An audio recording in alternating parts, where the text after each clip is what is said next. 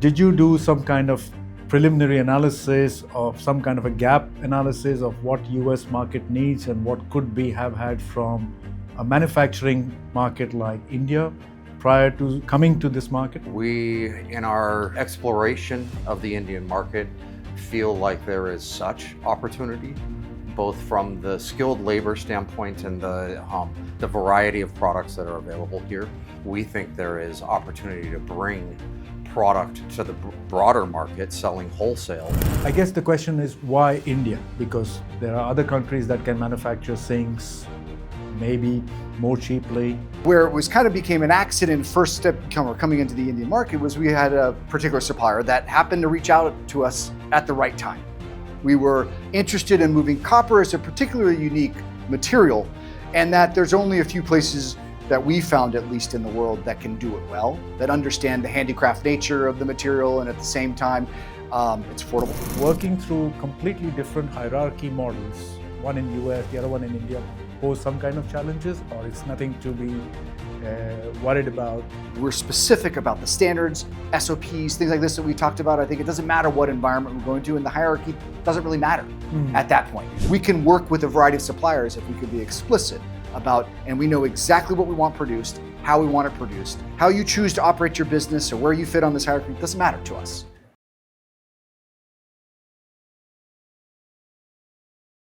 Hi everyone, we are back with another exciting episode of Doing Business in and with India. Today I have with me JT and Zak Kerns, two brothers from Nevada, US, who run a company called Anchor Point Incorporated, who have shown that with steadfastness and commitment, you can do potent business in India. They now run a supply chain business originating from India to sell their products in US. I also think that JT and Zak have proven to the rest of the world in their own way that you don't need to be a multi-billion-dollar company or a Fortune 500 listed company in order to do successful business in difficult markets like India. So without further ado, I'd like to bring them into this show and let's hear directly from them. So JT, Zak, a warm Indian welcome to the show. It's great to have you with us. We're thrilled to be here. Thank you for having us, Vishnu. Yeah, thank you for having us. Let's start, for the benefit of our audience, a little bit of self-introduction, both of you, if you don't mind. Sure. So I'll start here. So JT Kerns, I was, I have a degree a bachelor's degree in marketing from University of Arizona. I started my career in sales, like a lot of marketing people do. Obviously, learning the ropes and kind of understanding the basic mechanics of business. And obviously, if you can't sell, you can't really run your own company either some days. So it was a great proving ground. Worked my way up through the ranks through a variety of different roles, overseeing marketing, operations, and into an executive capacity. And the day came that Zak and I, having always wanted to start a business, the opportunity presented itself. And so, we dove in head first. And obviously, our businesses took some twists and turns and some successes and quite a few failures to kind of get to where we are today. But obviously, enjoy the journey immensely and proud of what we've created. Wow. Zak? Well, hi, I'm Zak Kerns. Nice job, JT. Let's see, I have a degree in psychology. Had originally intended to continue down that path, but business kind of was calling as well. Graduated in 07, in 08, got a job with one of the largest online-only home improvement companies in the US. This is retail sales of home improvement product online.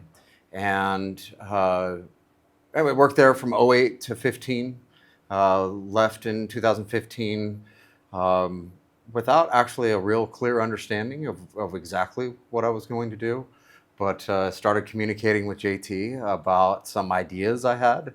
And, he brought back some ideas from his world that he had, and the two of us kind of worked together. It started as a consulting company, working with brands, looking to bring their product to the U.S. market via retailers. So initially we were doing some consulting for them. Really found a niche in content creation. Sadly, that business, well, maybe gratefully, that business didn't work out, but that led us to, wanting to do it on our own. We had this ability, we had developed this ability to create engaging content online, and we just needed product to sell. Right. And that was the beginning of our business. Wow, nice. Moral of that story, listen to your brother. You're here. So, as I understand, you both have a bunch of suppliers in India making different kind of home products. Could you elaborate on what are you exactly sourcing from India? Certainly. So one of our first products that we started sourcing was copper sinks. And that was kind of our foray into the wild world that is Indian supply chain.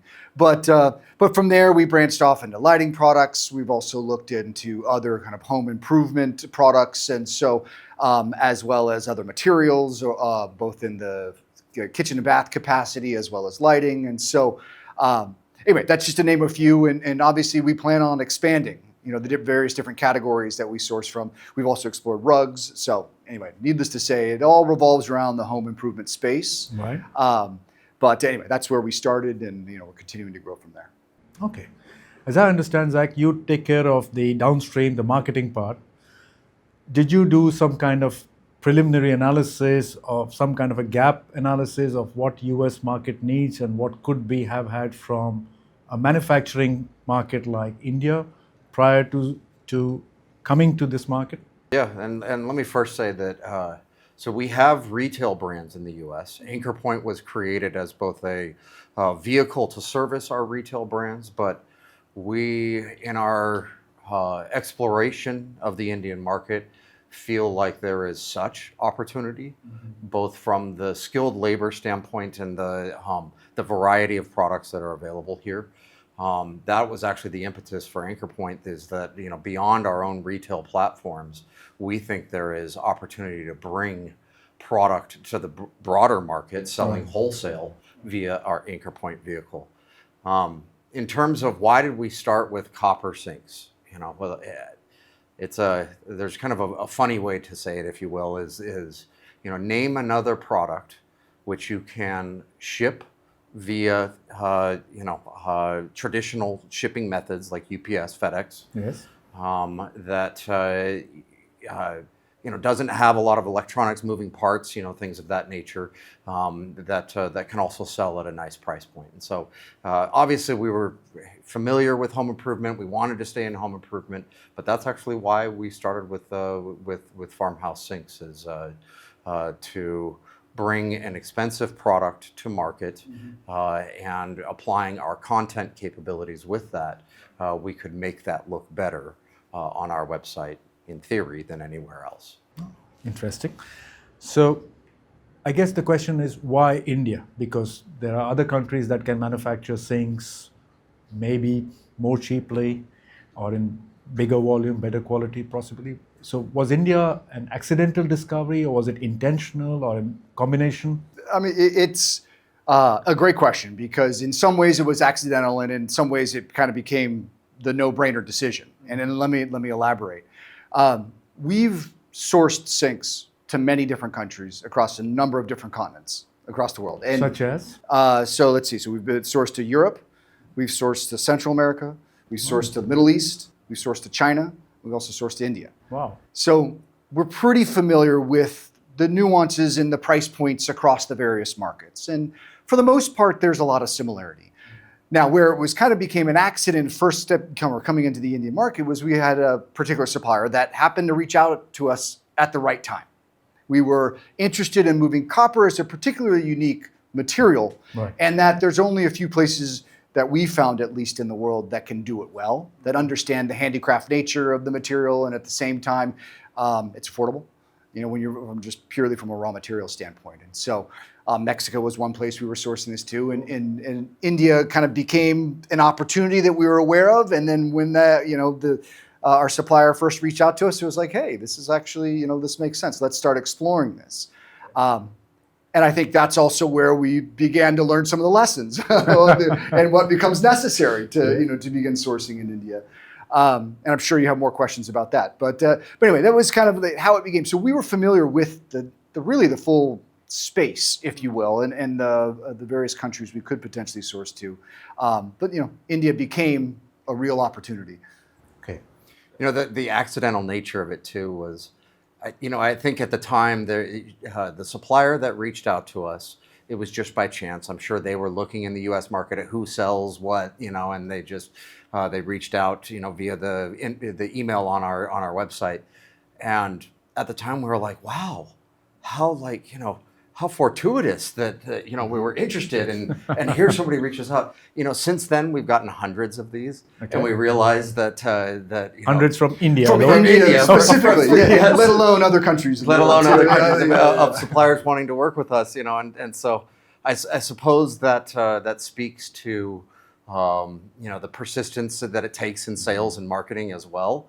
That you find the right retailer at the right time as a supplier too. It worked. It worked on us. I'm sure there must have been some early setbacks. Maybe the supplier wasn't as promising as he sounded in the mail or in the catalog. Quality, logistics. What were some of these setbacks? So I can tell you that while it was great to engage very easily and quickly with a supplier, we soon figured out that a lot of their manufacturing techniques, their standards, their approach to producing a product, and most importantly, the consistency in producing that product, had left some things to be desired, and certainly were different than what we had experienced elsewhere in other, maybe let's say more manufacturing kind of developed countries, where processes and procedures are clearly defined, established, and in fact printed.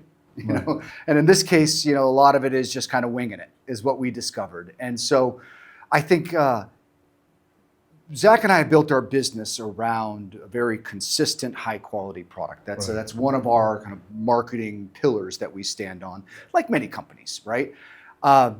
And so while the product has to be at a great price, we need it to be really high quality. And so that really means that we have a very low tolerance, for defects and or variance in the production of that product. And so when you take that kind of business requirement and match that with a supplier that's kind of winging it, it presents some challenges, And so we quickly realized that we needed more than simply just us telling them via the phone or email or Zoom, kind of what we needed different. We needed some additional support, on the ground, and that led us to begin to explore what sort of resources are out there in country, in India, that can help us define, establish, and maintain the levels of consistency that we need for our products. Okay.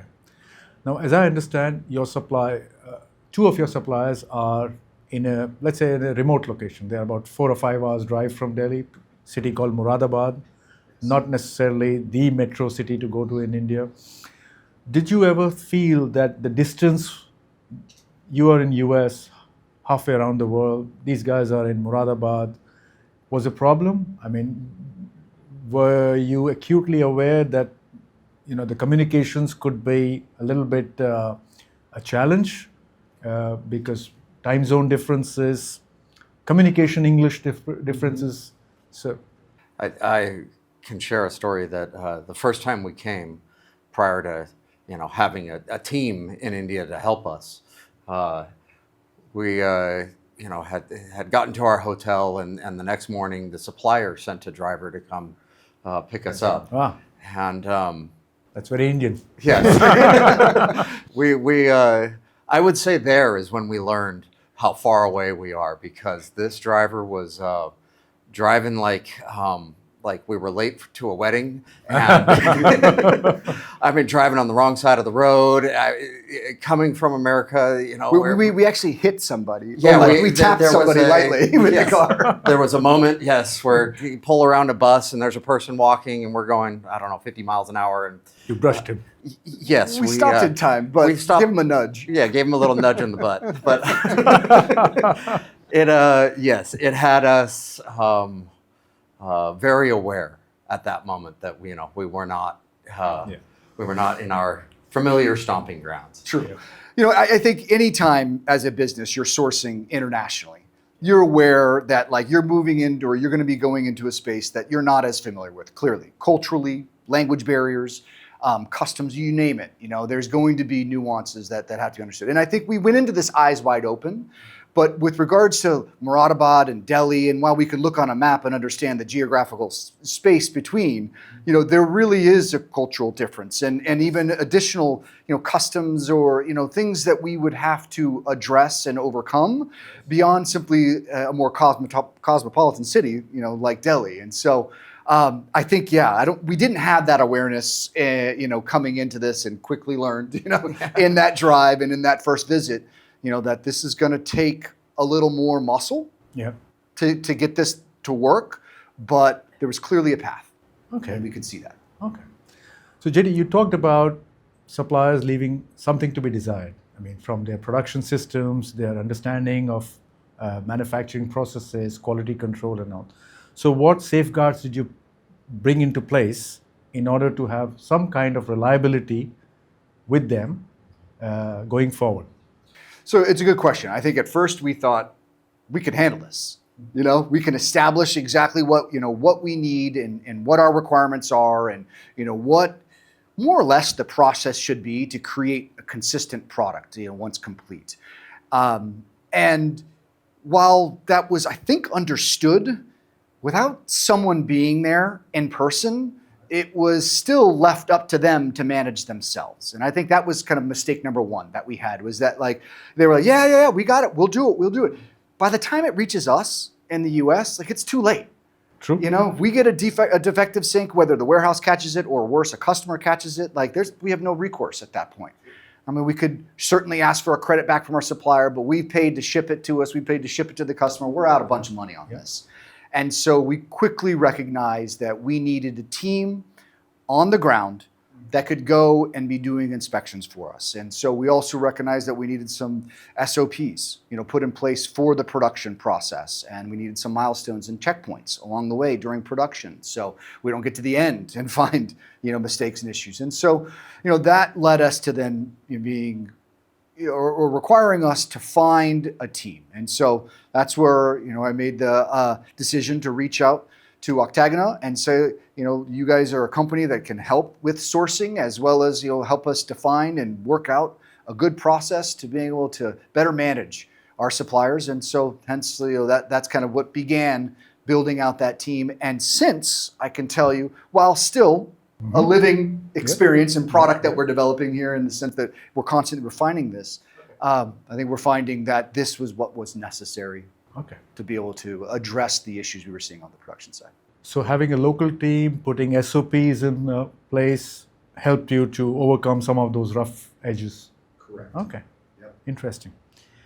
Zak, from a marketing standpoint, does this Make in India slogan ring any bell in the US market at all? What I want to say, so when we approach marketing, there's kind of, we look at it kind of in two phases. First thing that we need to do is just get that first click. Again, we only sell online, and so that's very much our kind of focus. And so in that first click approach, especially on Google or Amazon or any of these, you're given an image and about 5 words, maybe the beginning of a title, that kind of thing. Right. And so in that sense, no. In that sense, it doesn't matter where we source it at all. Certainly the U.S. political landscape right now favors made in the USA, but the reality is that the manufacturing infrastructure just isn't there anymore. That's not a option for us. So now onto the made in India question. I do think that the U.S. market is overall tired of made in China.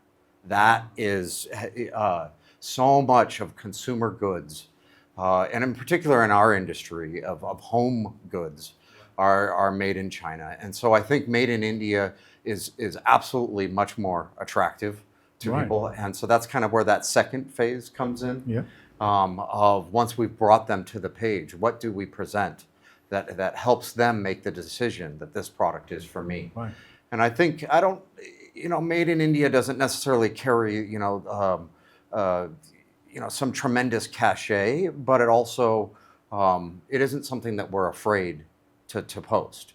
And so it's, it's maybe neutral in that sense. Okay. And as compared to, made in China, which maybe could be viewed unfavorably, it's frankly one of the reasons why we've been committed to India. Good to know. So if you were, both of you were mentoring a group of young US entrepreneurs who are all seeking to outsource products to other countries, what message would you give them given your experience of the last 6 or 7 years in India? I mean, I could tell you right away, one of the first pieces of advice is if you're not intimately familiar with the cultural landscape, the product, the companies that produce the products that you're looking to bring in, the best thing you can do for yourself is find a knowledgeable expert in country that is, whether that's a sourcing consultant, a consulting company, headhunter, whatever it is that you need, that someone that's going to understand implicitly on the ground, what it takes to build relationships and make those connections and help you vet a little bit before you even arrive and start exploring, and actually visiting with these various suppliers. And then from there, making sure that you have the ability to be able to then build an on-the-ground team that can help reinforce whatever those pillars are for your product that are absolutely necessary for you to bring and to maintain the standard of quality that you expect in the market, that you have a way to continue to ensure quality assurance. Every single production run meets that standard that you've set. Okay. I'll pick up my next question from one of the words you used, culture. Now, of course, US business culture is very different from Indian business culture. But what are some of the key differences that you perceived after having set up your supply chain in India? Food's different. I can tell you that. Yeah, that's one point. Which I mean, sure. Like while We are, of course, less spicy.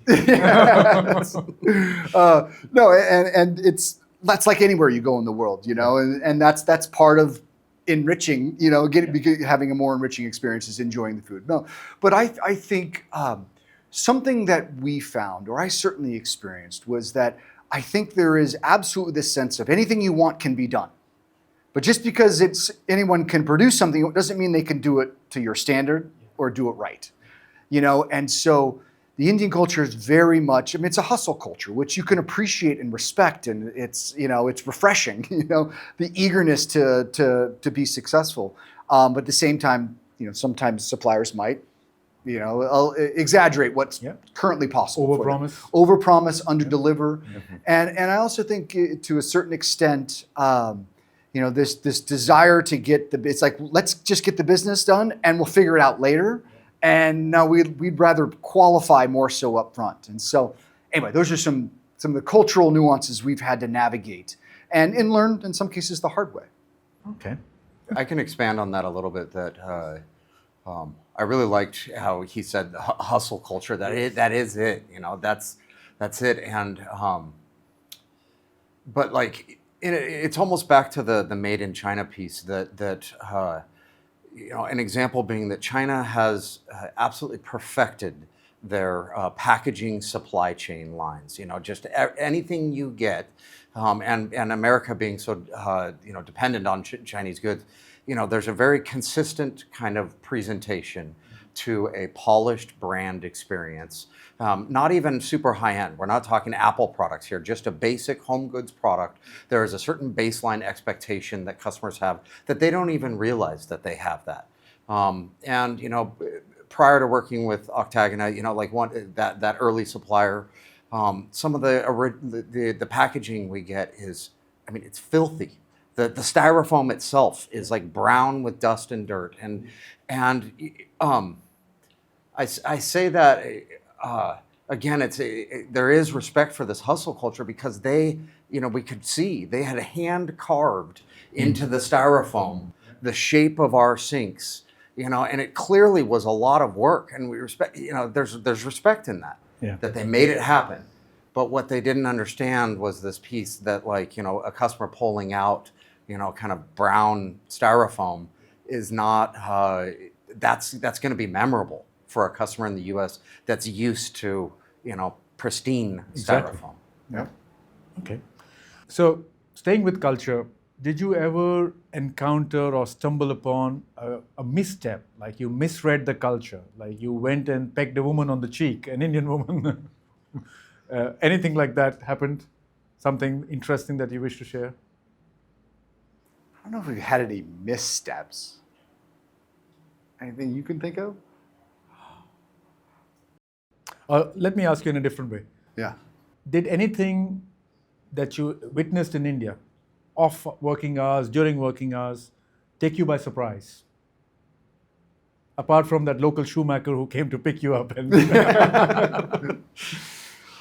You know, I think we didn't know what to expect coming into it. So you kind of come into this with kind of eyes wide open about like, you just take what comes at you. Um, I think for the most part, we're very accepting, and you kind of have to come into it with that attitude of like, look, like they're going to be very different from us, but in some ways very similar, and I think, that's always something that I've picked up on as we've sourced products around the world. I mean, there are some very common values that humans share, and it's like spending time with your family, love for your children, providing, finding a way to support and continuing to find ways to grow and improve your life. It doesn't matter where you are or what socioeconomic class you're part of. Everyone embraces that. And so I think what's been fun is just to see how that manifests itself across the different cultures. And so to answer your question, I don't think there was any missteps necessarily we had because we didn't come in with that many preconceived notions, let alone like expectations that they now mirror the way we want, like, or the way that we act or the way that we live our lives. And so I think if anything, maybe there's some advice in that, and that like just come in and be an open book and just be prepared to adapt and accept. And, and if you take that attitude, the likelihood of having a misstep will be significantly reduced. in a way that's very profound what you say. Okay. Now, culture and relationship are like two sides of a coin. What's your opinion about doing or building relationships with your channel partners, with your suppliers in India? Have you learned and evolved over a period of time in terms of building more mature relationships with them as opposed to simply transactional ones? So I can tell you yes, because I think we came into this with the philosophy that, look, we're looking for suppliers that we can build and grow with, and while we do have suppliers that are transactional in nature, it's less so in India. It really is, I think we've made an effort to build this relationship that is built on mutual respect, that is built on the traditional business values in both of us wanting to be successful. But at the same time, like, we want to get to know them. I mean, look, we're brothers. We own a business together. This is a family business, regardless of how big, our business grows. At the end of the day, like, that is still part of our identity.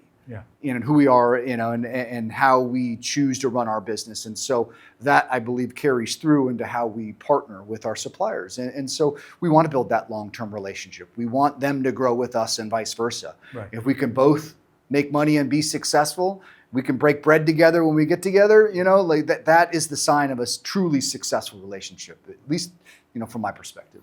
I can add that an example of where we're putting that to work is, the current, shall we say, political climate with tariffs involved with U.S. and many countries, but India has been impacted by that. It's caused pause for us. It's caused concern. It's all those things that everybody's feeling. But something that speaks to our kind of brotherly love and the kind of reciprocating the kind of love that we feel the suppliers. The suppliers, I think, to the extent that we accept them treating us like family, they want to be treated like family. There's this bringing into the bubble of trust, if you will, that we see that is very much a part of Indian culture.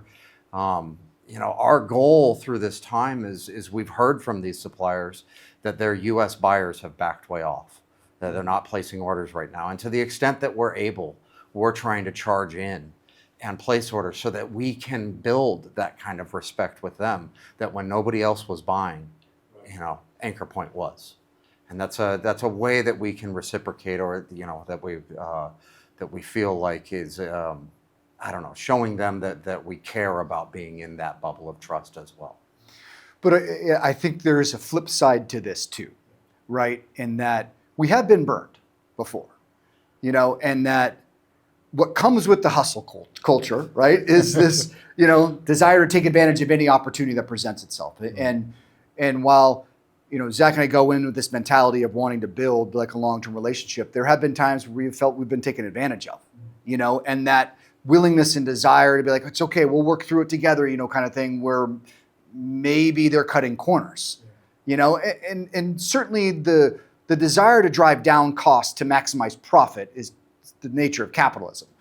So some of this comes with the territory, but I think some of our goodwill, by taking that approach, we recognize that it might make us somewhat vulnerable to it being exploited. And so we also operate with this mentality of constantly checking to say, like, wait, hold on, does this feel right? Does this look right? Are we being taken advantage of? And that's also where a team on the ground can really help us navigate that, see through, really look at this from a third perspective, right, to see like, hey, is there a cultural difference here, or is there something shady going on? And so again, while we want it to be, all rah, let's do this together as a team, like you still got to make sure that you're always making sure your interests are taken care of and that you're not being taken advantage of. Okay. You talked about a team, building a team in India in order to overcome day-to-day challenges. Would you like to elaborate on what kind of team do you have in India now? Absolutely. So we still have, working with the consulting company, Octagona, that we've talked about. We still have a relationship with, the company there, and making sure that we have some resources to continue to help us as we look to evolve and approach, whether it be new categories, new segments, new even business models, in the country. So we keep that relationship there to make sure that we're always thinking, 3 or 4 moves ahead with where we want to grow and build our business. And then we have on the ground team as well that's focused on the QA pieces, and making sure that not only is it the final product meets our exacting standards, but of course each of the steps along the way, we're meeting those milestones and those requirements to producing a good product. I think the last piece that we have our team doing is then also developing these SOPs, these, the PPAPs that tell you exactly everything that goes into that product to make sure that it's clearly defined, clearly established, so that we have, the Bible, so to speak, of like how this product should be made. And it allows us to, should the opportunity or the need present itself, we can take that product and take it to another supplier and say, here you go, here's how we make this. So again, it's leveraging both the consulting team as well as kind of in-house team members that are on the ground in India representing our interests. Okay.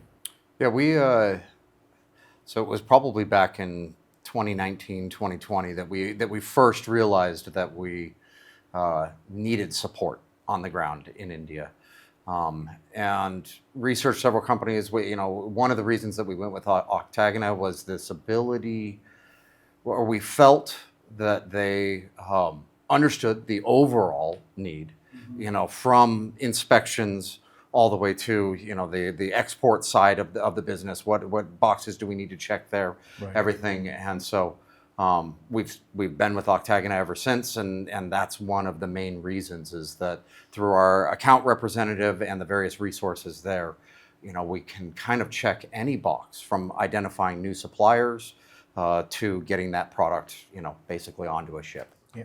Okay. Interesting.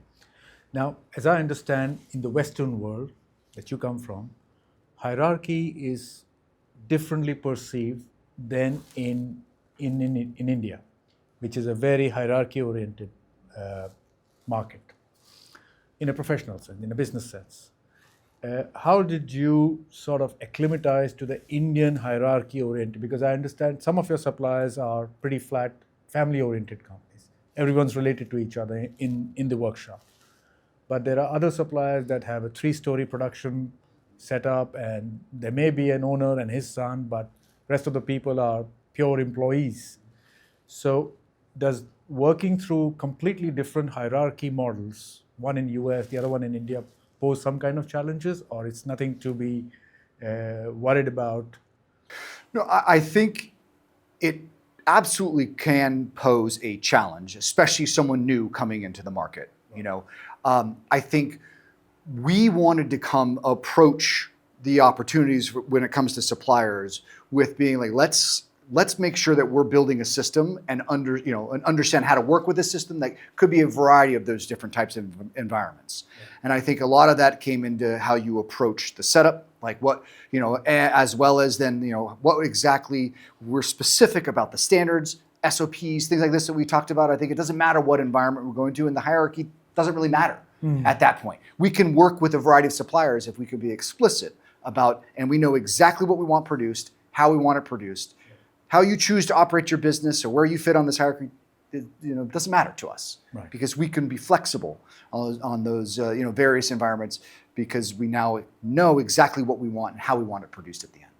Okay. I think we're still stumbling and learning, honestly. I mean, Octagona is here to help us through it with the proper introduction to the proper people and what to expect heading into a new supplier relationship. But we're just doing the best we can. There's some real truth to that, right? I mean, but that's business ownership in a nutshell, right there, right? It's improvise and adapt and evolve, and it makes a great point. By no means do we have it all figured out. I can tell you that. So if each one of you had to give a one-line message to the next entrepreneur, say from US, wanting to source from India, what would you say? Differently, of course.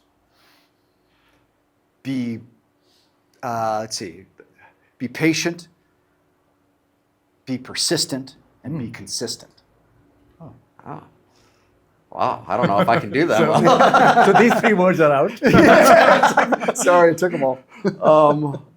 I'd say it's made in India and it's made with love. Just have the infrastructure in place to make sure that the love doesn't also include dirty styrofoam. Spoken like a true marketer. Exactly. Okay, good. That brings me to a segment which we call rapid fire. Okay. So I'm going to shoot some questions and the responses have to come quickly. Okay. Okay. Sounds great. Okay. And I'll ask you both. Okay. So you can decide who's going to answer first. Okay. If it's the same answer, it's fine. No problem. In India, as you mentioned, suppliers say anything is possible. We can do it. Do you agree with it? If yes, why? If no, why? Yes, because where there's a will, there's a way. Yes. Exactly. Okay, good. Golf in India or golf in US? Golf in the US, no question. Your favorite golf. course? No golf. I know. Yeah. I mean, look, I've enjoyed every time I played in India, but I just prefer the courses in the US. Okay. A meeting over tea, Indian tea, or a Zoom meeting? I mean, Indian chai is good. It's a force in and of itself. Yeah, over tea for sure. I'm a face-to-face person. Like, I think that's the way business should be done, and that's the way we run our business. Nice, good. The most Indian thing you have done on a trip? There was one time visiting our supplier in Moradabad where it was hot by U.S. Fahrenheit temperature. I don't know, 106 degrees. We're touring the factory. I don't know why. Like, he wasn't that sweaty, but I looked like I had just stepped into a shower with all my clothes on. And then they invite us up for lunch, and it's spicy Indian food, and he has a picture of me just looking haggard. Put it on So please put that up right next to him. Me trying to be friendly and appreciative, but it was the last thing I wanted right there. Okay.